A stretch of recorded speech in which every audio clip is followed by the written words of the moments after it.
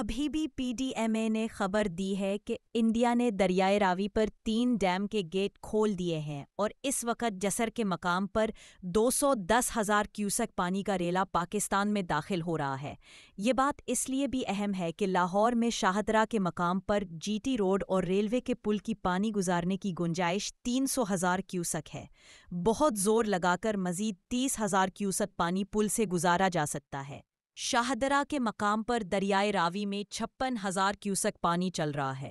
گنجائش سے زیادہ پانی آنے کی صورت میں پہلے تو راوی کے دائیں کنارے پر بند توڑ کر اضافی پانی کو نہروں، کھیتوں اور فلڈ چینل میں موڑ دیا جاتا تھا اور گھوم پھر کر یہ پانی پھر شرکپور کے پاس دوبارہ راوی میں چلا جاتا تھا، اور یوں لاہور شہر نہ صرف سیلاب سے بچ جاتا تھا بلکہ پل بھی محفوظ رہتے۔